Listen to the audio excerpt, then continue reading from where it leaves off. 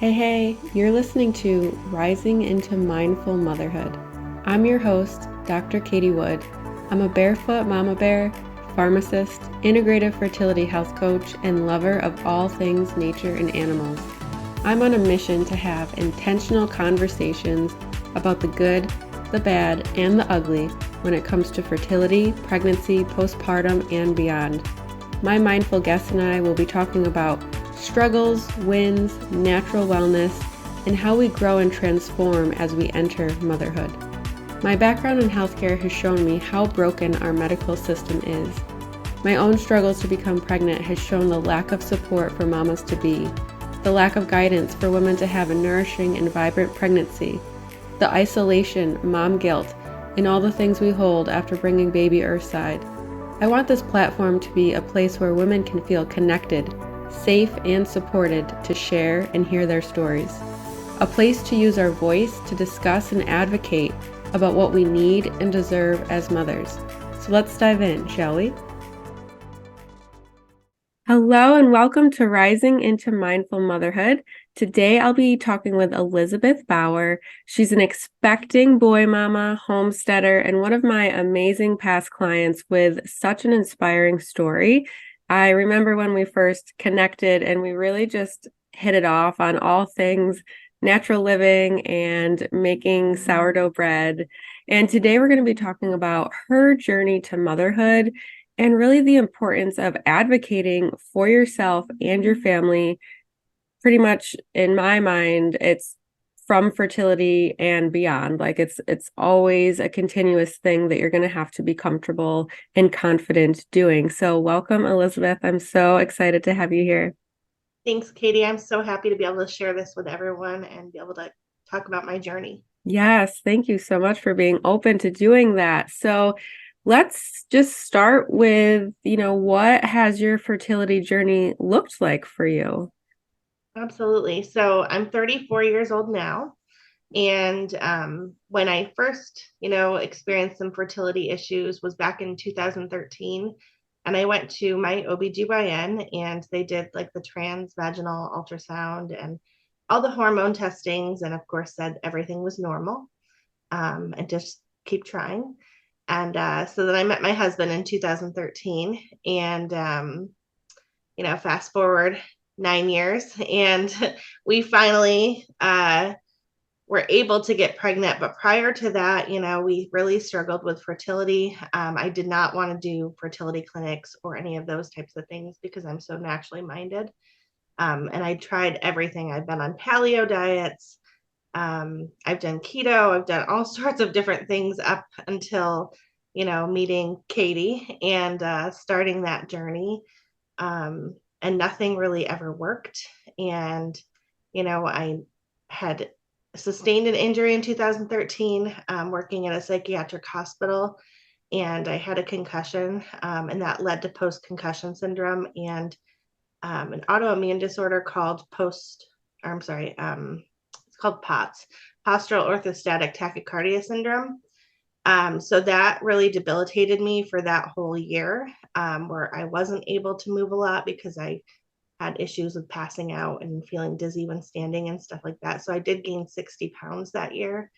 And since then, I've only been able to lose 20 of those 60 pounds because of, I'm assuming, hormonal imbalances. And then that stemmed into my infertility issues and trying to get everything rebalanced. And then in 2022, I met Katie and started this journey with her. Yeah, that's quite the journey. And I definitely remember talking to you about like in maybe you can kind of shed some more light on this because I probably won't remember it completely correctly, but like your doctors just not being very supportive. I think were they maybe thinking that you had PCOS or something like that. I'm recalling talking about with you.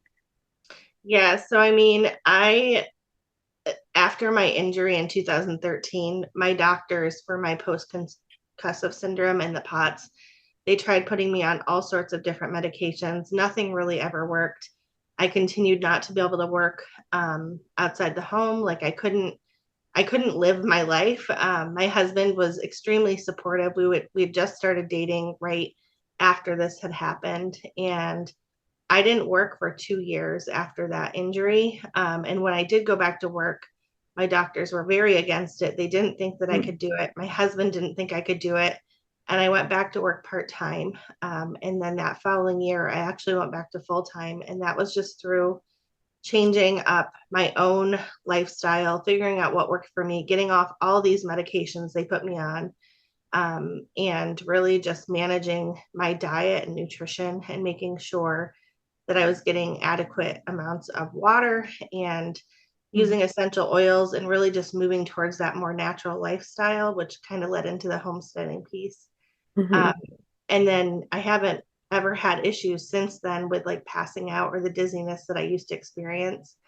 Um, so yeah, like that really turned me off from conventional medicine quite a bit, to where I just felt like I was fighting against my own body by using what they were recommending frequently. Mm-hmm. Yeah, exactly. And I think you must have like some level of mind body connection and intuition to kind of have that awareness around like the things that you're prescribing for me and wanting me to try, like you just really described perfectly, is kind of fighting against my body. Like your body is essentially trying to tell you something is not right. And a lot of times in conventional medicine, the medication that's being prescribed is really just kind of like a band-aid. It's a quick fix. It's not getting to the root cause or promoting long-term healing in the long run. Absolutely. And yeah, so that definitely stems into like I didn't see doctors regularly for the last probably 5 years because of that experience. So I definitely knew that I had some hormonal imbalances. I knew that my blood sugars were wonky because I could feel it within my body. And so I took it upon myself to get like a glucose testing monitor and to monitor that myself and try and manage that all on my own because the system had failed me. Um, and so that led to my assumption that, these hormonal imbalances could definitely be PCOS related. I was never diagnosed with PCOS because I never saw anyone to actually be diagnosed because, again, I didn't want to be put on all sorts of medications that may or may not actually work or help. Mm-hmm.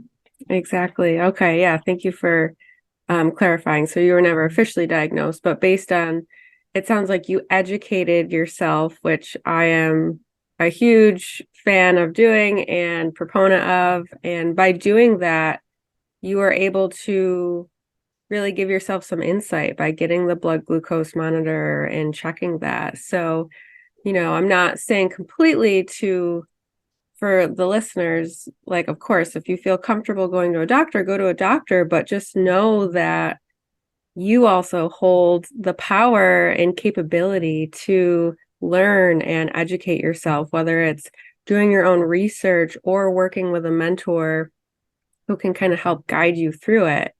So I'd love to talk about a little bit about our journey together and how that looked different than other things you had tried and like what the biggest shifts for you were.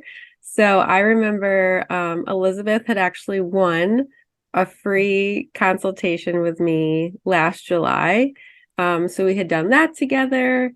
And, based on that consultation, what would you say your biggest takeaways were from that?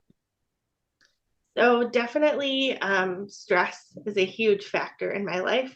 So Katie helped me recognize that stress can really put a huge detriment on your body and your body's ability to heal itself.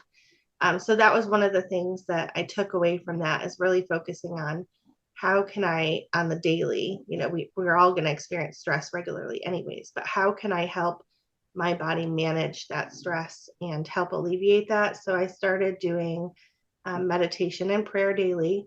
And then the other thing was, taking baby steps. We have this ladder. If you're taking big steps on the ladder, then you're going to end up, regressing eventually. But if you just take small steps slowly over time, it's easier to build up those habits and continue them. And so Mhm. one of the other things that we talked about in that is how I eat my food, because I always, typically ate healthy. I focused on whole foods, and I don't eat a lot of processed grains or anything like that.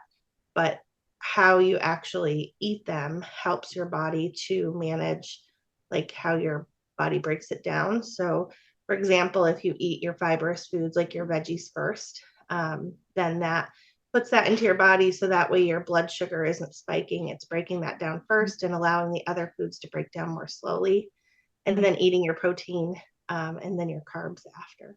Yeah, absolutely. Because, even if you don't, or anyone doesn't have full-blown PCOS, blood sugar control is so important for anybody.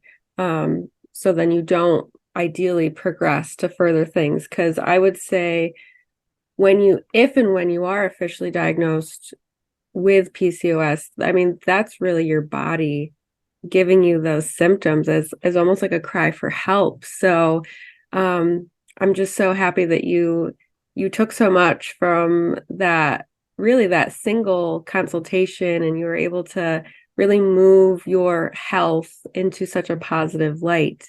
And then we ended up working together officially. Elizabeth had joined at the time my brand new Confident Conception membership. So, what would you say your experience was like in that program? So I really love that. It was like a continuation of what we had already focused on in that initial meeting. And it just really was a positive experience overall. There was other women in the group that were experiencing other troubles as well. So it was nice having that connection with other people who are experiencing infertility issues as well. And just having that support from Katie constantly in that group, as well as all the resources we had at our fingertips to be able to understand like the science behind why we're experiencing some of these things, and what tools we can use to help to re-regulate those hormones. And there is definitely a place for conventional medicine. Like I can't figure out what my labs are without going and getting blood work done or anything like that, or figuring out what's going on with my hormones. And it has a place. So definitely understanding those pieces and where I can go to get that information, and things that I can just have, so that way I have the knowledge to know how to heal my body. Mm-hmm. Yeah, I love that. Thank you for sharing. For me, I think knowledge is power.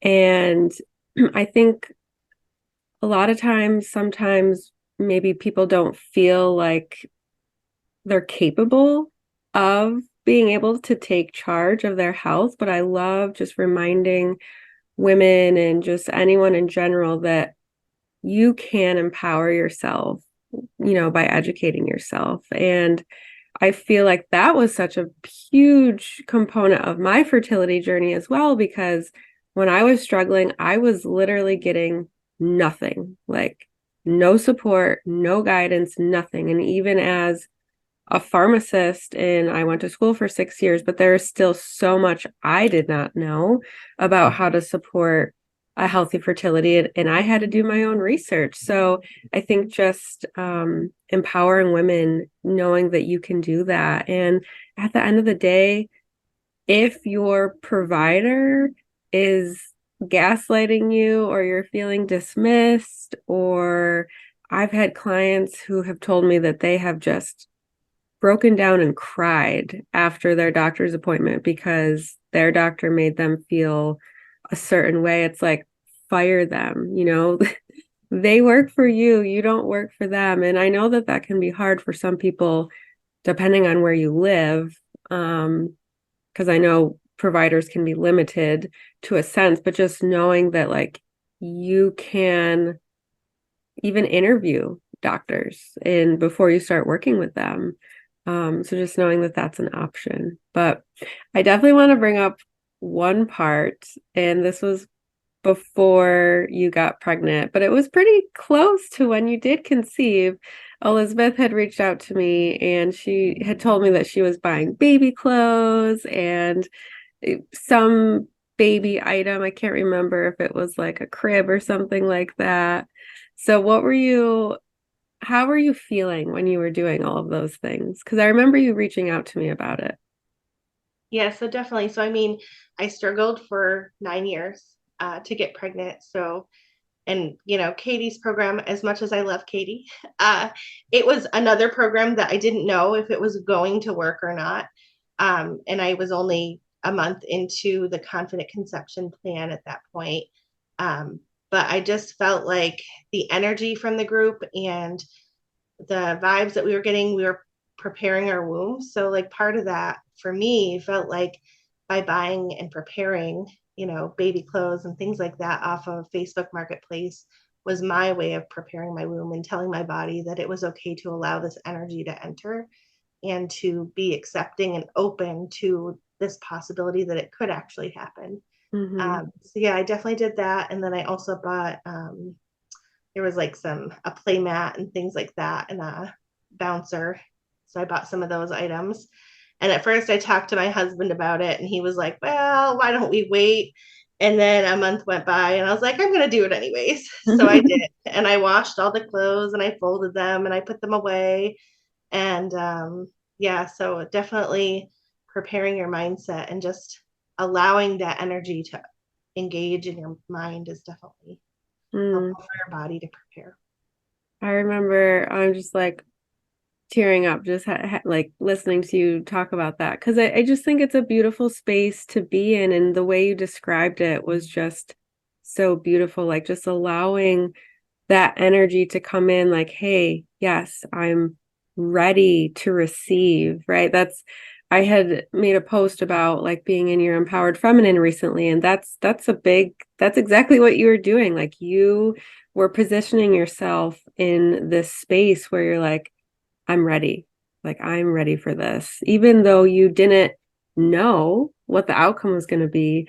But then that was really you were surrendering and you were trusting the situation as well while you were doing that. So I remember being so excited. I was like, yes, go for it. Like let's get this stuff moving for sure.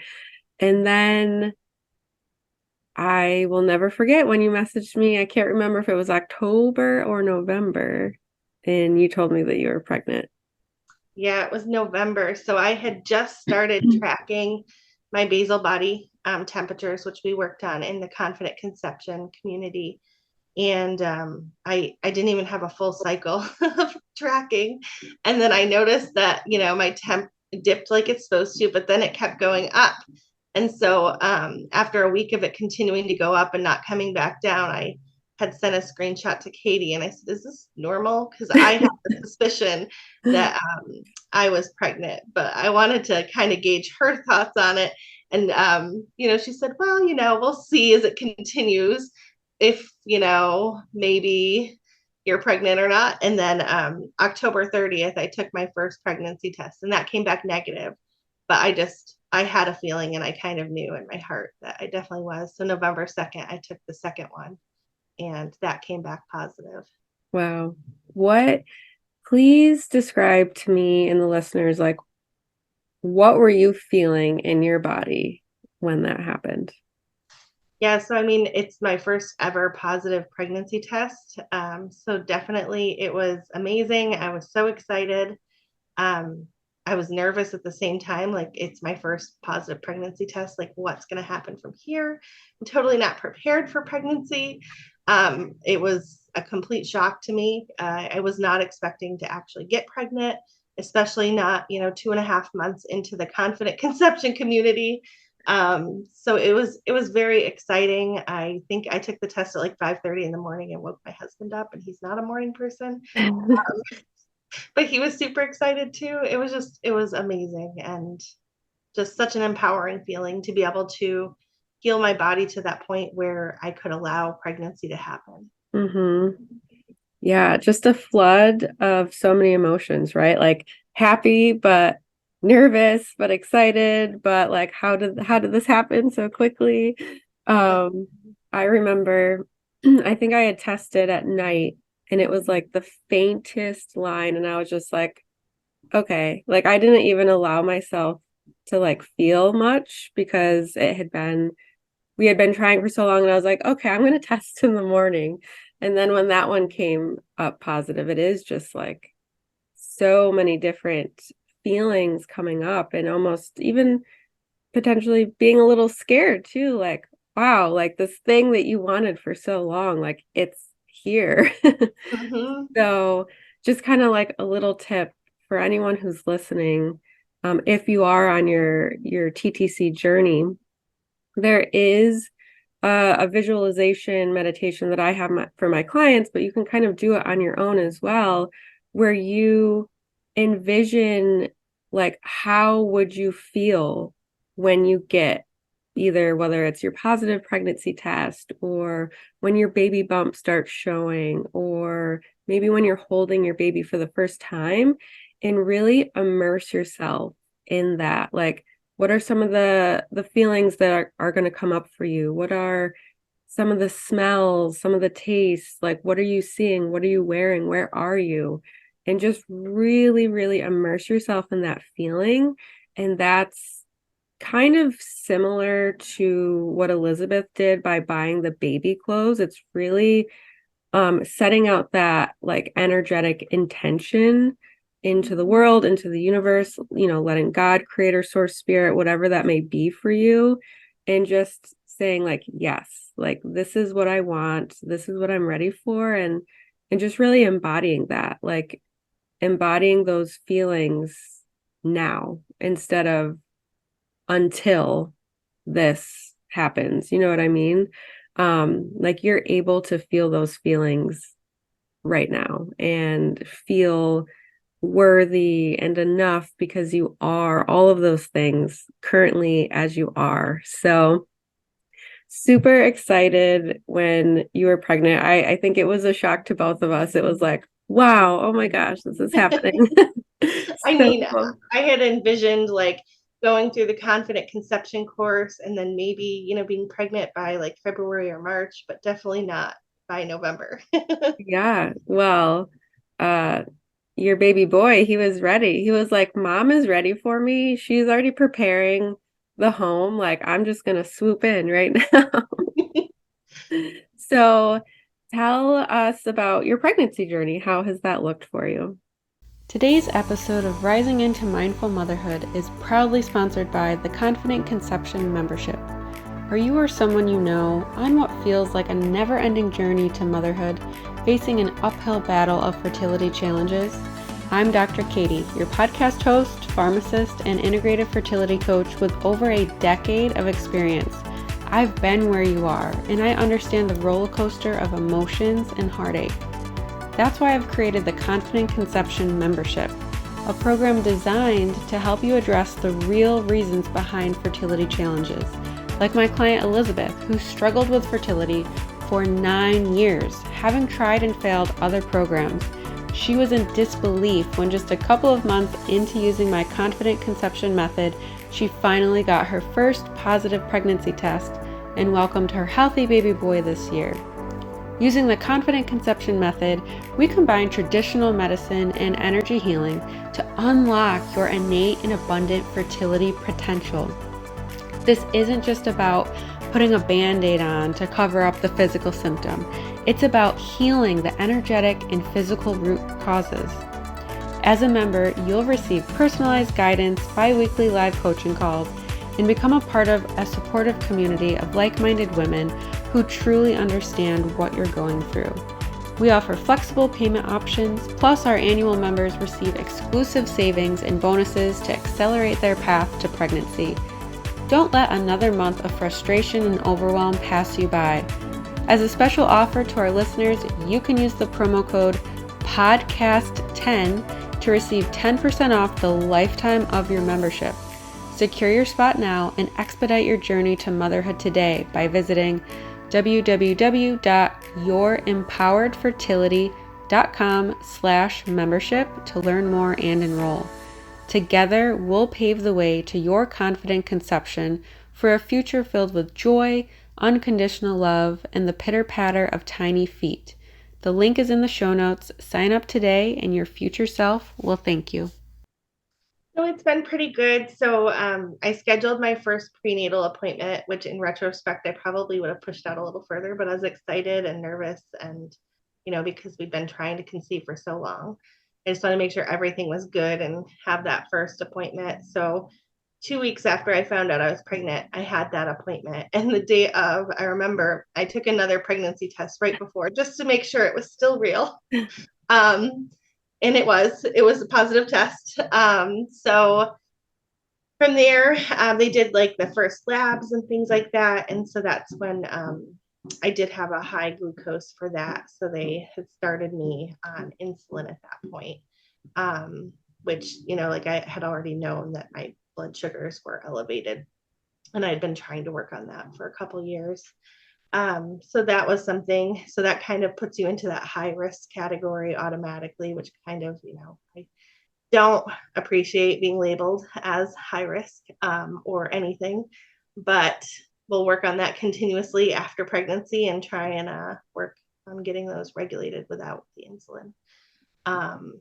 But so after that, it was just regular appointments once a month.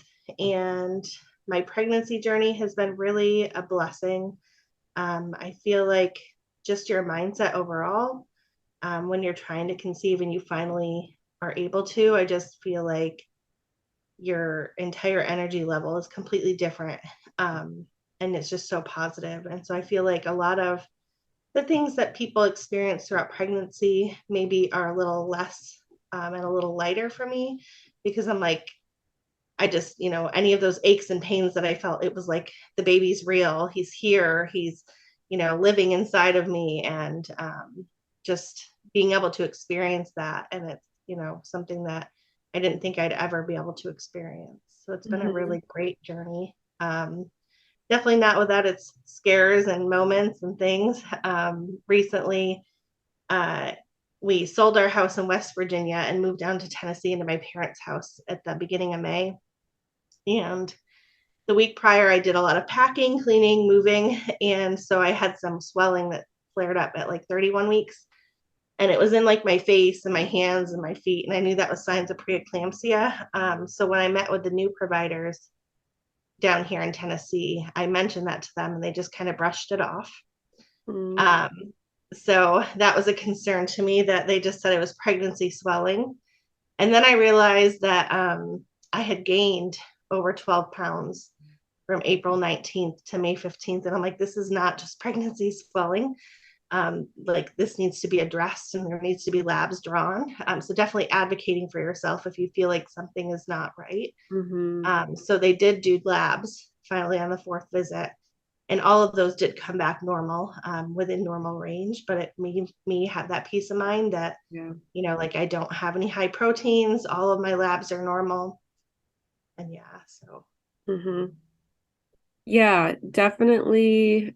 I have had women on the podcast where they were brushed off and yeah, the outcome was not so good. So definitely if you know your body best and if you think that something needs to be investigated more or something doesn't feel right and a doctor dismisses it, then go find another doctor or just keep pushing.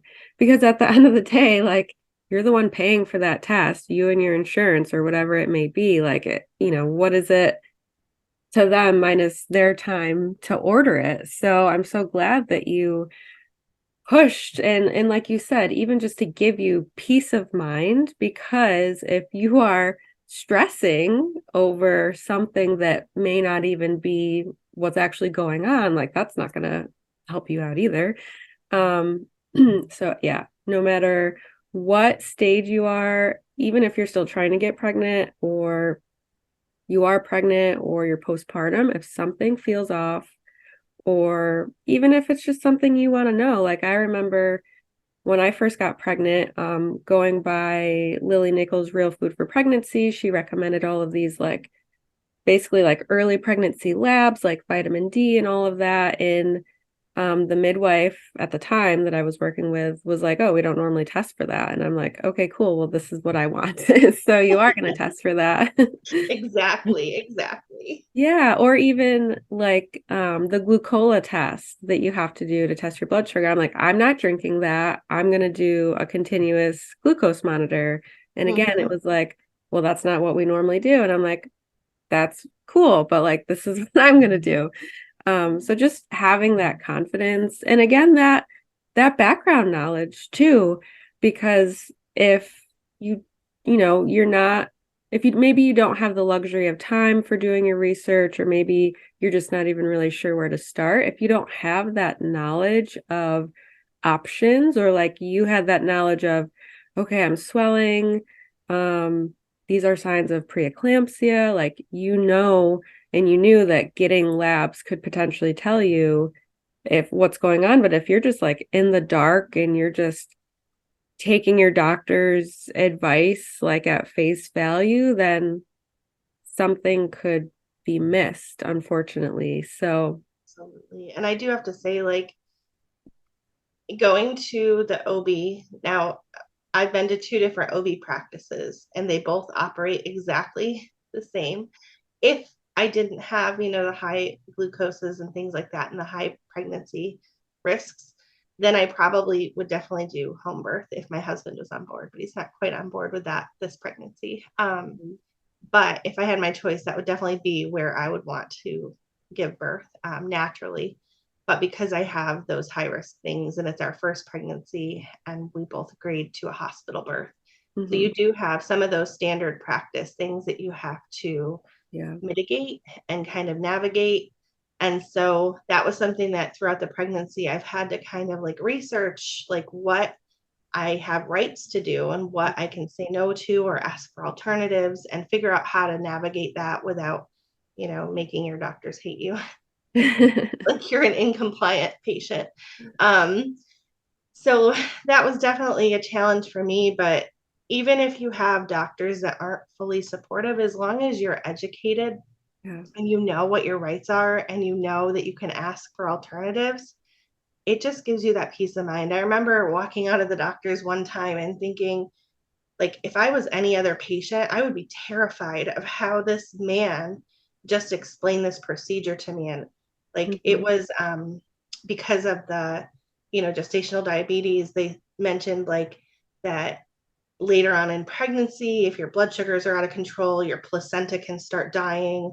And, like really, really fear based information. And he just talked about how he's so skilled that at this point in my pregnancy, he could do a C-section and my baby would probably survive. And I'm just like, if I was anyone else and wasn't educated walking out of this office, I would be terrified for my Mhm. baby's life and like that you're offering to give me a C-section today. Mhm. And then the other piece was just outdated information about um, so there's studies, like you want to make sure you're researching studies and doing your research so that you feel comfortable. You can obviously talk to other women who've been through it, but definitely doing the research yourself and making sure it's valid research that you're educating yourself on. So one of the things was he mentioned putting me on low dose aspirin. I was 24 weeks at this point, and so I'd never really heard of low dose aspirin for preeclampsia prevention. But I told him no at that time, and then I would do my research. And so I actually went home and I had asked him in that appointment, like, what are the statistics? How much is it going to improve? And he said a lot. That was all he could give me, was a lot. Research shows that it decreases it by a lot. So I actually looked it up and found one of the main studies. It's like the NICDH or something like that.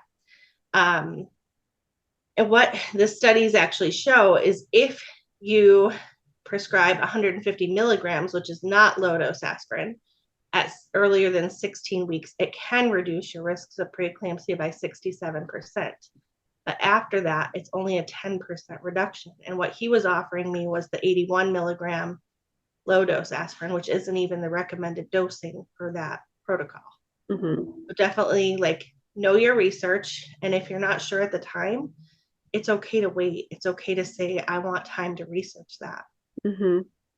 Yeah, absolutely. And thank you for just sharing that story, because I remember you telling me about that appointment and just how, I mean, it almost like you said, very fear-based things is what he shared with you versus like, hey, this is what you can do. Like, here are some action steps that you can take to, prevent it or decrease. I mean, outside of the baby aspirin recommendation, but, where is the, I don't know, empowered action steps that he could have given you or anything like that? Like, I know, I remember reading from the Mama Natural, like, week by week guide, her talking about like, for like increasing protein intake and things like that. And I think Real Food for Pregnancy, like doing that, and maybe that's something you also have to start like earlier in pregnancy, can decrease your chances of preeclampsia, like making sure that you're getting enough protein.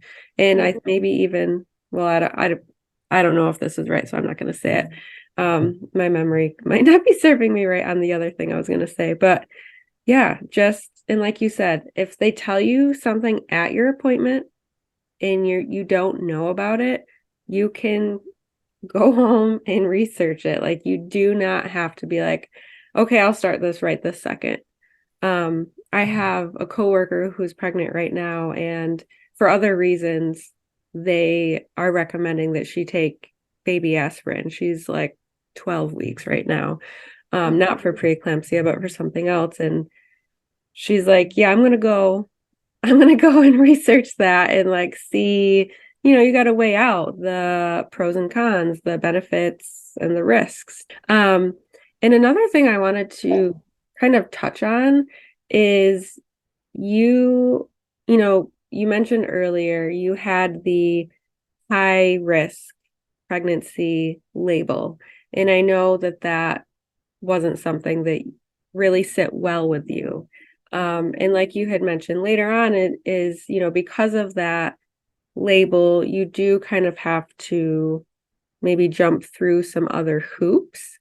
But I will say though, like, you did not let that label like stop you. I know that you were like, yeah, I have this, they're labeling me as this, but you put in the time and energy, and you have literally done everything you possibly could to naturally support your pregnancy, because you knew that like, this doesn't necessarily have to be the end all be all. It's not so black and white. There can be a little bit of like fluidity in the things that I like can or cannot do. So I just want to, mention that, because I'm proud of you for doing that, because I think some women would have that label and then just be like shut down. Like, I'm high risk. This is what it is. I have to do what they say. Um, I have no other choice. So I just want to applaud you for making intentional decisions all throughout your pregnancy. Absolutely. And I think the only thing that helped me to be empowered to do that was doing my research and having the actual statistics. They talk about with the diabetes and stuff, like the rate of stillborn increases. And I don't remember the exact percentages, but so the recommendation by ACOG, which is what most obstetricians go by, is that anyone with gestational diabetes be induced by 39 weeks, because after 39 weeks, that stillborn rate goes up. But if you ask any OB what that increase is, I guarantee 90% of them won't have an answer for you. They'll just say it increases a lot. Yeah. But I think that the actual increase was only by like 0.03%. So Yeah. it's not like your baby is going to be stillborn by 50% increase if you wait until you actually have spontaneous labor. Mm-hmm. So it's just having that education and then making that decision based on how you feel, like intuitively, because I think that's important too. Like at the end of pregnancy, also, they recommend that you do, starting at 32 weeks, NST testing, so non-stress test twice a week if you have the gestational diabetes. And that is something that I've also went against because I really wanted to do minimal testing at all with any of the Dopplers or ultrasound throughout my pregnancy, but I've kind of, went with the flow on some of those things because I do understand that there are risks. Yeah. And for the safety of my baby and me, like, I think that it's important that you can adapt to some of those things as your pregnancy progresses and some of these things come up. You have to be willing to kind of change that birth plan a little to adapt to the situation. And so, the recommendation is twice weekly. And the reason that they do that is because it helps them to identify if you're having risks of stillborn quicker. But, some of those like identifying factors are if you notice decreased fetal movement. I can tell if my baby is not moving regularly on a regular basis without having to be hooked up to a Doppler or an ultrasound. I don't need a Doppler or an ultrasound to tell me that my baby is moving normal. So that was something that I felt comfortable intuitively myself to identify. And so I do the NST testing once weekly, which actually I just do the biophysical because Matthew doesn't like the Dopplers. He moves away from them. So it's just not worth my time to sit there for 30 minutes and then have to do the ultrasound anyways. And I'd rather have the ultrasound personally than the Doppler. So that was just one of those things that I, educated myself on. And then I made that informed decision based on the risks and what the risks it's mitigating. Basically, it decreases the risk of stillborn death. And what that does is basically, if it's showing like a non-reactive test, it allows them the opportunity to do further testing to identify if your baby is declining so that they can, immediately deliver the baby if that's the chance. And then they have the time to resuscitate. Mm-hmm.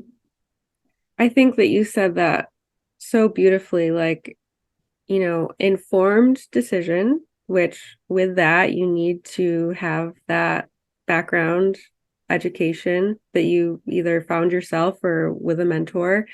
And then intuitively feeling into it. Like we are so smart. Our bodies are so smart. But we live in this busy, crazy, chaotic world where a lot of our intuitive nudges or pulls or whatever you want to call it, you can't even hear them. They're so silenced. So really that's why I love teaching the mind body connection in the fertility phase, because then you can take that. Once you have that, that's going to serve you for the rest of your life. It's going to serve you while you're pregnant. It's going to help you for your birth plan and during your birth. It's going to help you when you have a newborn baby and they want to do all these things right after they come out, like it's going to serve you for so many things. And yeah, like for me personally, I really tuned into my body,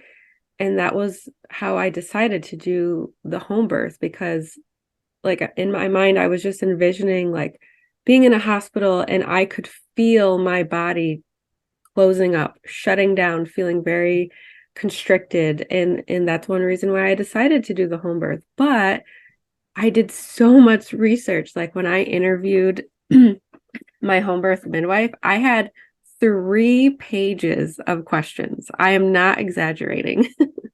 3 pages. I asked her every single one. It was probably like an hour and a half consultation, but I felt so like secure in my decision because she was able to answer every single question. So I felt informed and fully capable of deciding like this is what is best for me and my baby. And that goes for so many different things. So I'd love to touch on your birth plan. Like, what is your ideal birth plan for yourself? I know a home birth would be your, ideal, but given, having to do it in the hospital, like what are some things that you are wanting and hoping for?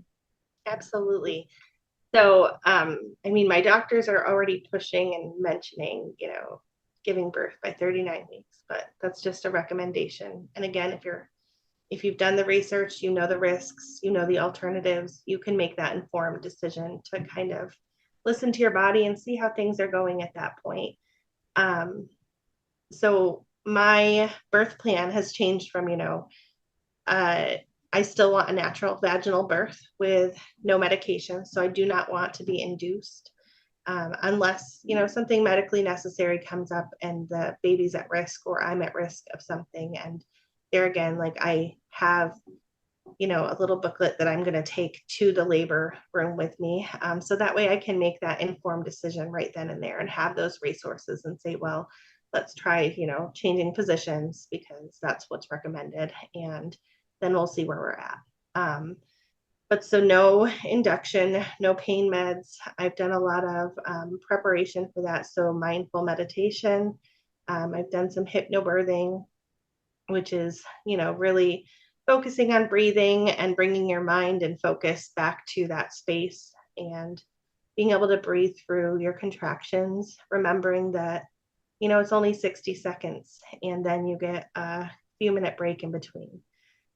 Anyone can do anything for 60 seconds and just really being in that space.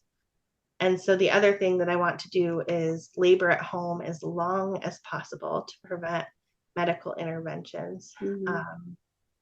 So my plan is no membrane sweeps, no rupturing of my water membranes, no induction, no pain meds, and to birth naturally in a nice, dim lighted, calm space. I did hire a doula, Mm-hmm. which I feel like is something that I absolutely needed because I definitely am that mind space type person and I need those positive affirmations. And I love my husband, but he just is not that emotional person that can give me those items.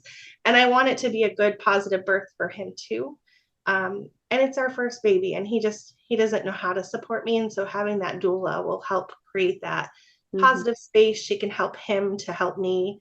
And just also be that person that when things happen, because they're going to have things that happen and maybe the heart rate drops on the baby or maybe my heart rate starts dropping or my blood pressure starts spiking and she'll be able to give me those alternatives that in the moment I may not be thinking of because, contractions and labor. So that way I can have that clear mind space to really focus on that natural delivery. Beautiful. Yeah, I think a doula is so key.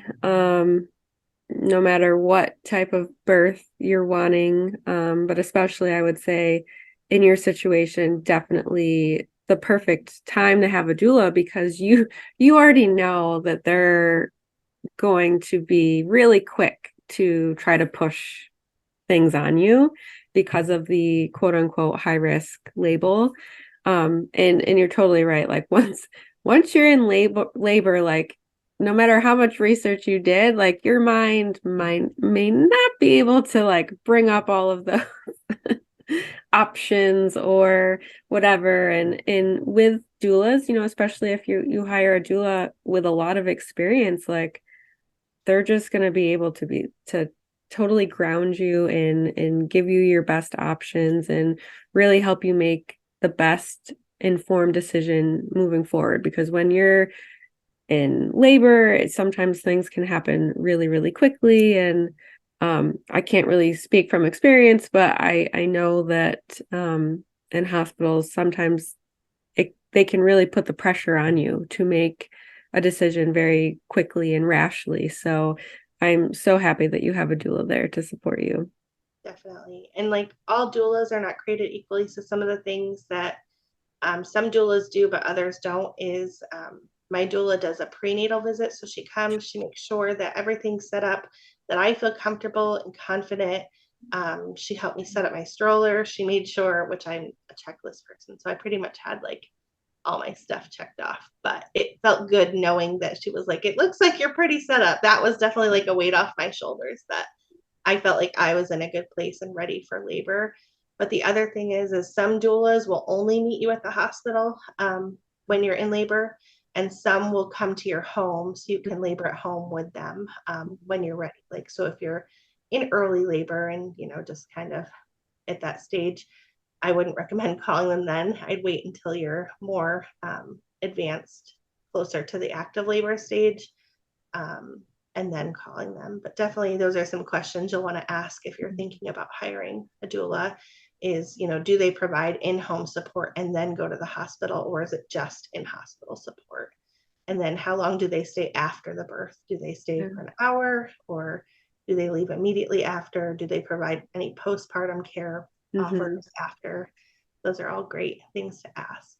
Yeah, absolutely. Mine, she definitely came to the house. She came, I think I had 2 postpartum visits.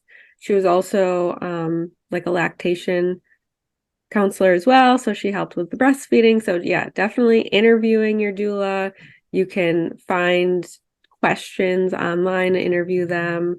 Lots of like prenatal books come with questions to ask too. But yeah, like you're really building out like your birth team. So you want to make sure that it feels aligned and that they feel like the type of person who's really going to be able to show up and support you in the way that you want, but also need.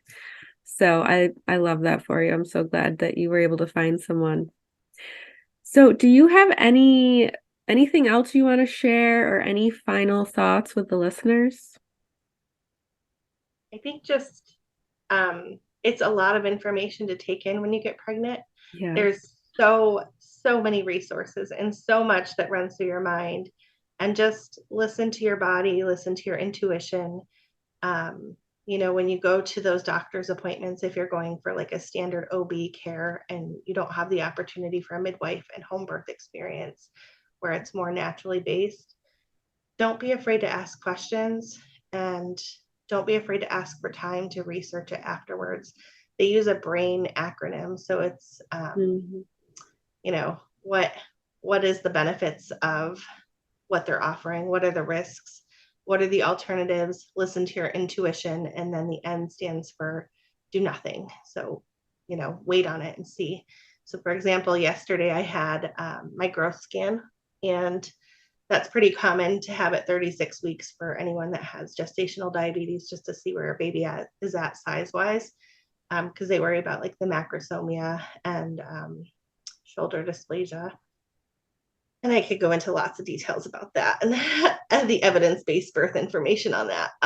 But so with that, he talked about, because my baby was transverse yesterday during the appointment, but he's been head down the whole time. And I've been doing Webster chiropractic, so I have no fears about him changing position by then.